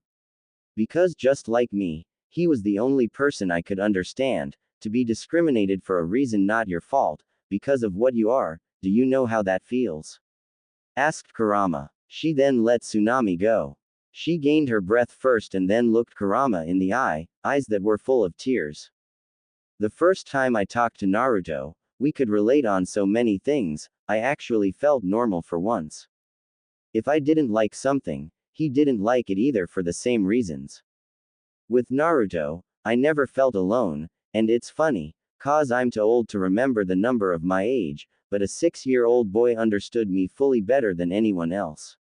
He is the person who taught me the words, friendship, and then, love. I don't want to lose him to anybody, in fear of those feelings going away. She then picked up a picture of Tsunami, Inari, and Tazuna, and some other man she couldn't recognize and didn't care about either, and showed it to Tsunami. You have a family that you love and cherish, something people wish they had. I am one of them, but take me seriously when I say this, stop filling Naruto's head with this silly idea of living his own life. He only needs me and I need him.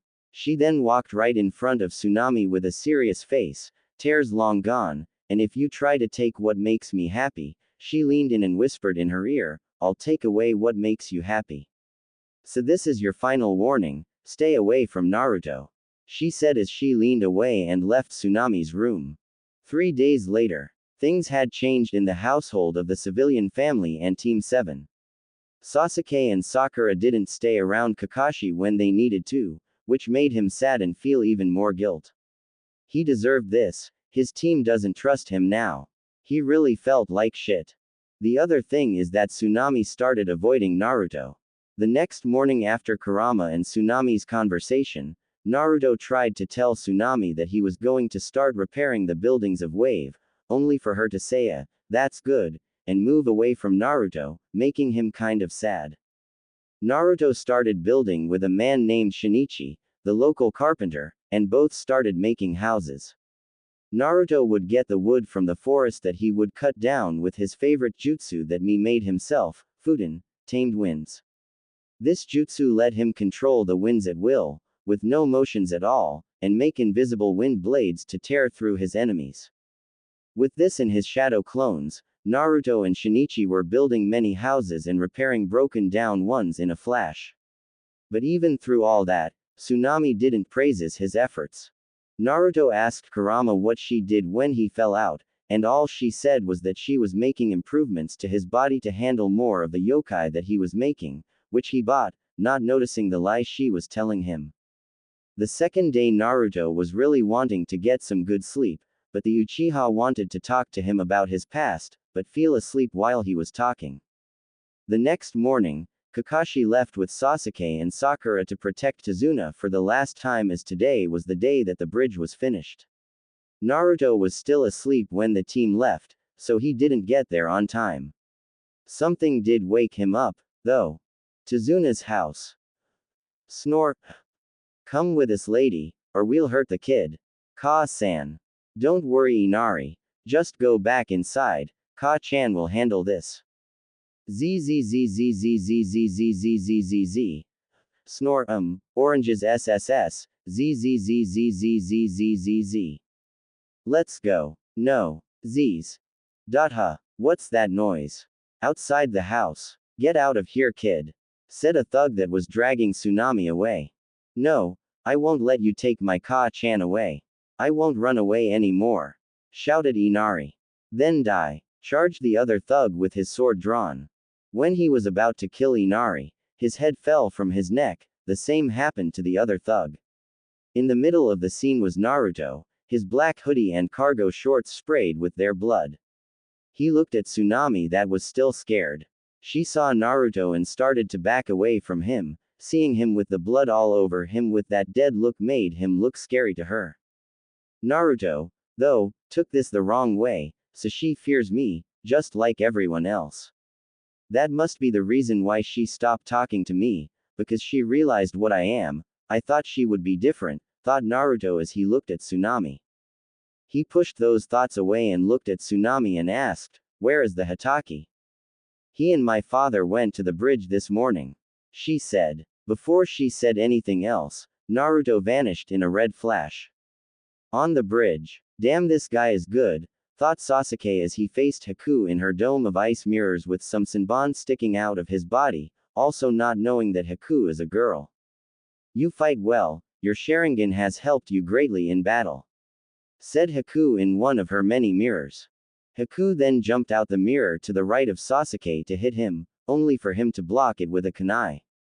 She grabbed another Senbon and tried to stab it into his midsection, only for Sasuke to grab Haku's wrist and lifted it up, and tried to stab her underarm, only to feel a Senbon in his back. "What?" he said as the Haku he stabbed turned into ice.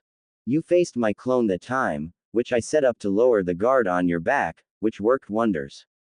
Now please forgive me for this, but you must die. 1,000 flying water needles of death," she yelled as she sent loads of Senbon at Sasuke's body. Then, all the Senbons got blown away by a strong gust.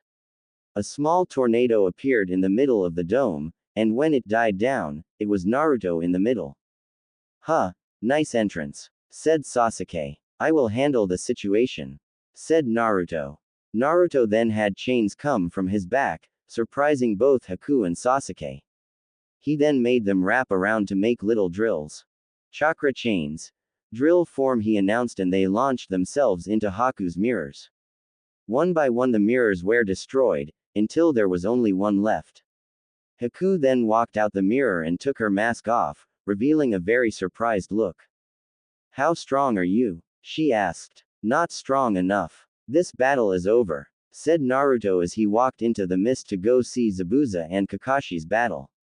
On the other side of the bridge. "It's time for you to die, Zabuza," said Kakashi to Zabuza that was held down with dogs that Kakashi summoned. Kakashi charged up his lightning blade, and shocking Zabuza in the process. "What kind of jutsu? I can see the chakra he is putting into it," thought an amazed Zabuza. "It's time, lightning blade," yelled Kakashi as he charged towards Zabuza. He was about to stab Zabuza, when a hand caught his wrist, stopping him in the process. "Naruto, what are you doing?" asked Kakashi. But Naruto wasn't worried about that, he was more worried about the jutsu that Kakashi still had active. "This is the same jutsu. The same one, just like it was that day," said Naruto. He then looked up at Kakashi. Kakashi, now realizing what Naruto was seeing, cancelled the jutsu and pulled his hand back. "Naruto, I can explain," said a very worried Kakashi. Naruto was looking at Kakashi with wide eyes, not believing what he just found out. "I knew I've seen his face before, I just didn't know where I saw it. But now that I know, it makes me hate him and Konoha more than ever," he thought. Naruto quickly knocked Kakashi out by chopping him on his neck, now remembering the situation he was in, but he was angry, and he needed something to take it out on. Thanks a lot there, Gaki. For a second I thought I was actually going to die, said Zabuza as he freed himself from the dogs Kakashi summoned earlier. He then released his mist jutsu to reveal Haku and Sasuke walking over, Sakura still protecting Tazuna, and the mob of thugs on the other side of the bridge with Gato himself, clapping. Wow, I can't believe that you're still alive, Zabuza, those leaf ninjas failed to kill you. But that's all right, my thugs will kill you now and take over wave, preeminently. Laughed Gato and his thugs. Naruto, remember when I said that you could kill later? Asked Kurama from his mind. Yes, said a very angry Naruto. Have fun, was all she said. I shall, yelled a now crazy Naruto as he charged towards the mob, claws now equipped on his hands. Kill him first, show them who's boss around here, yelled Gato to his thugs as they also charged towards Naruto. Kill them all, yelled a finally crazy Naruto. Tazuna, Zabuza, Haku, Sasuke, and Sakura could only watch as Naruto tore through the crowd of thugs with his claws. One after one the thugs would lose body parts and they would be thrown all over the bridge, with Naruto in the middle of it all, having the time of his life. Naruto ran towards a group of thugs that were trying to get away from the demon boy, and without hand seals, Naruto casted a jutsu. Fuden. Uphill current. He yelled as the group of thugs were then launched into the air. Fuden. Downhill current. He yelled again and the thugs were then caught into two powerful crushing wind currents that were killing them with the pressure. Naruto then brought both of his palms together, die. And the thugs' bodies exploded from the pressure of the two currents, blowing the body parts everywhere on the bridge. Fuden uphill current. He yelled and all of the other thugs, including Gato, rose from the ground and into the air. Fuden. Tornado killer. He said and watched with a mad smile as a tornado was formed and inhaled all of the thugs and the wind blades cut through all of them. When the jutsu was cancelled, it was raining blood in the area that Naruto was in, and he was taking it in with a true smile on his face. This feels so good, even better than what it was 6 years ago, thought Naruto. He then thought about what Tsunami and the old lady in the village told him. You're a good boy, Naruto. Their voices rang through his head, but he kept smiling. No, I'm not. I'm a bad boy, I am, though, a good demon, he thought as he threw what Tsunami said about him away. She didn't seem to care about him these last few days, so why should he? Kurama was hearing these thoughts with a smile on her face. Good, I've successfully gotten rid of Tsunami, she said to herself. Naruto then ran off the bridge to Gato's hideout. There was still more people to kill. He did it. He killed Gato, screamed Tazuna in glee, already forgetting what Naruto just did. I have to go tell everyone, he said as he ran back into town. Sasuke, Sakura, Haku, and Zabuza was still staying in the same place they were at the beginning of the massacre. That boy is too strong, but I'm glad to have him as an ally, thought Gato. Deep in Forest Gato's hideout, Naruto ran into the hideout, killing everyone he saw, and was having so much fun. So much red covered the walls and it looked good to him. He continued this until he ran into the only ninja in the hideout. You, stop there. I shall destroy you and bury you alive with the help of Renmara, yelled Raiga Kurosuke, the owner of the Twin Thunder Swords, Kiba. Die, lightning ball, he said as he sent a ball of lightning from his swords. Move out of my way. Tamed winds, said Naruto as he sent an invisible blade of wind through the jutsu and sliced the man and the innocent boy on his back in half. Naruto then stopped his tyranny for a couple seconds as he looked at the twin Kiba swords, and sealed it into a seal on his arm and continued to kill everyone there. 20 minutes later, a now calmer Naruto stood in front of Gato's open vault of money, as he killed everyone in the hideout. He then looked at all the gold in the vault, his fox instance now taking over. Shiny gold, he said in wonder as he sealed everything in the vault in a master scroll. He then walked to the bottom of the hideout to see the holding cells revealing people behind them. Please help us, one woman said, not seeing the blood all over Naruto's cloths. I shall, Stay back from the lock, he said as all the prisoners walked away from the door. Suddenly, all the locks broke down, thanks to his wind jutsu. Everyone ran out and thanked him for freeing him, but he paid no mind to it. Follow me to Wave, you shall live new lives because of me. I made Wave a better place and killed Gato off, he said, and the people yelled with happiness because of his feat. Naruto did forget to tell them to cover the children's eyes as they walked through the carnage. Oh well, he didn't care. 2 days later, the bridge was complete, and also cleaned of the blood and body parts that littered it. Tazuna told everyone what Naruto did for them, and everyone loved Naruto. Naruto wouldn't be able to walk through town with being stampeded by people who were saying their thanks, or some of the females that ran after him. Naruto never talked to Kakashi when he woke up. It turns out Naruto never knew that it was Kakashi who attacked him in that alleyway that day. Every time Kakashi tried to talk to Naruto, Naruto would only blast him with a ki so strong, it would make a cage shit his pants, and Kakashi was no cage-level ninja. The only people Naruto would spend time with was Sasuke and Sakura. They would eat together and talk together, only Naruto wouldn't reply to the two a lot. Things with Naruto and Tsunami only got worse. Naruto walked up to Tsunami after he freed the prisoners of Gato's hideout, and told her that she was afraid of him now that he knew what he was. He said he saw the look of fear in her eyes as he came back to the house, his clothes and hair filled with the blood of his victims. Inari, on the other hand, thanked Naruto. He said that he was a fool to cry and not do anything for his people, and said he would be strong like Naruto and protect his grandfather and mother now, which Naruto almost smiled at. Naruto also gave Sasuke the twin lightning blades, Kiba. He said that it was, surprisingly when dealing with Naruto, a reward for dealing with Haku as he did. He actually congratulated Sasuke, which made Sasuke smile, knowing that he has gotten stronger if Naruto was telling him that. Speaking of Zabuza and Haku, the two stayed in a house in Wave, but didn't let anyone other than Tazuna know this. He told Tazuna his plan to protect Wave, in which Tazuna agreed to. Now Wave was getting ready to properly thank its hero. Middle of town with Tazuna on top of a stage. Ah, testing 1, 2, 3. Can you all hear me? Alrighty, then we're ready to proceed. We are here to thank the person, I mean people, who came to help Wave in its time of need. Without them, we would still be rolling around in our own filth. So introducing our heroes. First, these people. Then a curtain on the left side of Tazuna fell down to reveal Kakashi, Sasuke, and Sakura. Villagers' response. Clap, clap, clap. Who are those people? I don't know. Why is the tall one's hair defying gravity?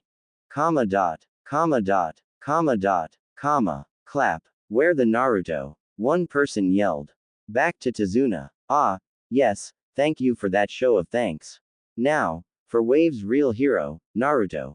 Then the curtain of the right side of Tazuna fell down to reveal Naruto and a man behind him. The man then raised Naruto underneath his armpits, showing him to the crowd. The villagers' response. Naruto. Let's go Naruto. I love you Naruto. I want your baby Naruto. Whoever said that shall die. Yelled Kurama from Naruto's mind.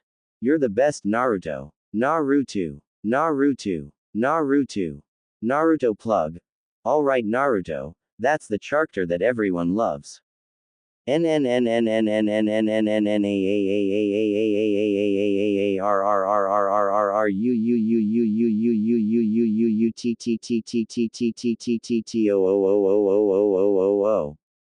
Apparently, the villagers love Naruto a lot. Back to Tazuna. Yes, thank you, Naruto. It's because of you and no one else that Wave is a better place. Said Tazuna, basically forgetting about Sasuke, Kakashi, and Sakura, making them all sweat drop. Now please enjoy the festival in honor of our hero, Naruto. Yelled Tazuna as everyone yelled in approval. Naruto was looking as this happened, seeing everyone cheer for him, but they knew what he did. He killed so many people, but they didn't care. So why would Tsunami get scared of him after he only killed 2 people in front of her, he didn't understand why. While people were thanking him, saying that he was their hero and that they loved him, Naruto never smiled once, not hearing it from the person he really wanted to hear it from. Tsunami. Next day, on the bridge. Today was the day Team 7 returned to Konoha, and none of the villagers wanted to see Naruto leave, but it had to be done. They were standing on the bridge, while some of the villagers were saying their goodbyes. When they were done, Inari came up to Naruto. Naruto. Thank for everything. I'll keep my promise and to stop crying, honest. He said to Naruto. I'll hold you to it, said Naruto with his regular dead voice. Then, Inari hugged Naruto's midsection, him being shorter than him. I love you, Oni-san, said Inari as he let go and ran away, not wanting Naruto to see his tears. Oni-san, he called me. Brother, thought a wide-eyed Naruto. After Inari left, Tsunami walked up to Naruto, causing him to glare at her, red eyes flashing. She ignored them though and kneeled down to Naruto's height and looked him dead in the eyes. She then leaned in and kissed him on the cheek, leaving Naruto and his team wide-eyed. Thank you, and please understand why I didn't talk to you after you read this, she said as she stuck a piece of paper inside Naruto's hoodie pocket and ran off. Alright team, it's time to go. Say your goodbyes, said Kakashi, and with waves, they left Wave. You know, said a Shinichi, the man who Naruto helped build homes in Wave, to Tazuna, we still have to give the bridge a name. Let's name it, the Great Naruto Bridge, to honor the person who freed us, said Tazuna. Great Naruto Bridge, said Shinichi, as he looked at Naruto's back as he was walking away, I like it, he said. Night time. The team made camp to take a good night's rest. Kakashi, Sakura, and Sasuke stayed in tents, while Naruto dug a hole in the ground saying, foxes sleep in dens, not tents. He then pulled out the letter Tsunami gave to him earlier. It read, Naruto, please forgive me, I haven't been talking to you. But it isn't for reasons you believe. 5 days ago, you were asleep and the Kyuubi took over your body. She told me to stay away from you or she would kill the only family I had left. I had to listen, and it hurt me because I saw the hurt look in your eyes when I wouldn't talk to you. Please forgive me. Also, I want you to hear one of the things I talked to the Kyuubi about. We got into an argument about you, and I said the reason you listened to me was because you could trust me, but that's when the Kyuubi snapped. She said that she wouldn't let anything happen to you because you saved her. You saved her from her own loneliness. You were the only person in the world that she could talk to, relate to. She felt normal around you. She loves you because she feel in love with you, Naruto. You made her fall in love. She would tell you that she saved you from the villagers' attacks, but you did more for her than you realizes. If you two can work out your differences, you two could become true lovers. Please give her a chance. Lastly, you told me that your mother hates you. Well, let me be your mother. The next time you see me, call me Ka-chan, not Tsunami. Thank you for reading. I love you, Naruto-kun. Your Ka-chan. Tsunami. Comma dot. Comma dot. Comma dot dot. Comma dot dot. Comma dot. Naruto couldn't talk as the tears going down his eyes would get into his mouth if he would open it. Naruto then entered his mindscape. Mindscape. Naruto was standing across from Kurama. She was looking at him with eyes that only held love. Everything she said in that letter was true. I told her to stay away. She couldn't finish her sentence as Naruto jumped up and hugged Kurama with everything he had, crying in between her. Kurama was surprised at first, but then held on to Naruto with a loving embrace, no pain at all. I love you, Naruto, she said. Maybe I should start to treat him right, like Tsunami said, thought Kurama. I don't know if I love you or not, said Naruto. Kurama just looked down at Naruto while he was crying. Time skipped 3 weeks. The team returned the next day to Konoha, and things quickly settled down. Kakashi went to Minato give the mission report, and everyone else went their separate ways. The team would still have missions, just not as big as the Wave mission. Sasuke would secretly train with his new Kiba swords that Naruto gave him in Wave. The team still hated Kakashi, and every time he would ask for forgiveness, Naruto would just turn his head. Now the team were getting ready for a new challenge. East side of Konoha Team 7 meeting place. Naruto was looking at the Chunin exam sheet he would have to sign to get participate. He really didn't want to participate, but to have a opportunity to get new allies, he would have to take this chance. Sasuke was looking at the sheet with a flame in his eyes. He would fly through the competition and challenge Naruto, and even though he would lose, he wanted to fight Naruto with everything he had. Sakura, on the other hand, wasn't so sure. So yeah, she has gotten stronger these past few months, but it's a big world. She wouldn't know if she could handle ninja outside of the village. Sasuke and Naruto were already signing their papers, so she did so also. Alright everyone, you need to be at the academy at 9 o'clock in the morning sharp to participate, understood? Said Kakashi with an eye smile. When he didn't get an answer back, he took a deep breath. Alright, listen to me. I know we haven't been on the same page since you found out about me, which I can understand. But please, just give me another chance to be the sensei that you all need. I'll be better, I'll even come to our meeting place early, just give me another chance. Pleaded Kakashi. Those who break the rules are trash, but those who abandon their friends are worse than trash. That's what you tell us, but you are a hypocrite to own word, I don't want a sensei like that. Said Sasuke, and Sakura shook her head in agreement. If that is your choice, just know that I'm proud of each of every one of you, goodbye for now. He said as he disappeared in a body flicker. Naruto then stood in front of Sasuke and Sakura, getting their attention. We shall get to the academy early, I want to see all the competition before everyone else. He said. What time do you want to be there? Questioned Sakura. 6 in the morning, that it is. He said, and the two agreed.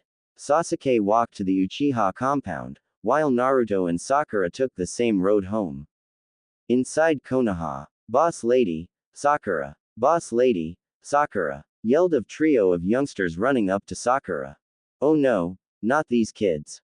Huffed Sakura. The three that ran to Sakura were Konohamaru, the grandchild of the third Hokage, Udon, and Moegi, making the Konohamaru Corps. Boss Lady Sakura, you're going to play ninja with us today, right? Asked Konohamaru, but Sakura was trying to hush him from Naruto hearing that. Play ninja, Sakura, you are still too soft, playing ninja when you are a ninja. Naruto said to Sakura with a glare that made her shiver. The three academy students then noticed Naruto. It's the demon. They all yelled and hid behind Sakura. Do something about it, Boss Lady Sakura. Sakura wasn't paying attention to them though. I'm sorry Naruto, they are young and don't know better, please forgive them. She said. Then Konohamaru decided to deal with the situation himself. Take this demon, and throw a rock at Naruto, but it never reached him as the rock was cut up into dust by Naruto's jutsu, scaring the younger children more. I show no mercy to those who attack me, even children. Said Naruto, as he was walking towards them with evil intent. Run, said Sakura, as she pushed the children in the opposite direction, running from Naruto's wrath. Konohamaru turned a corner, but hit something, which made him fall down.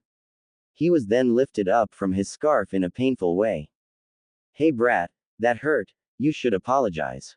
Said the boy. Please, let me go. He's coming to get me. Yelled a very scared Konohamaru. Stop moving kid, yelled the boy again. Konohamaru actually got himself free from all his moving and left the area with Udon and Moegi. Sakura then turned the corner to see the ninja. Where did Konohamaru, Udon, and Moegi go? She asked. Those brats ran off like the cowards they were. Kids. The boy said. Don't call them that. Then Sakura noticed the ninja's headbands. Sand ninja. You must be here for the Chunin exams. She said to them. Yes we are, and we plan on winning. Said the girl from behind the boy. Naruto then came around the corner, see Sakura talking to foreign ninja, so he decided to worry about the kids later. Who are you? asked Naruto to the ninja.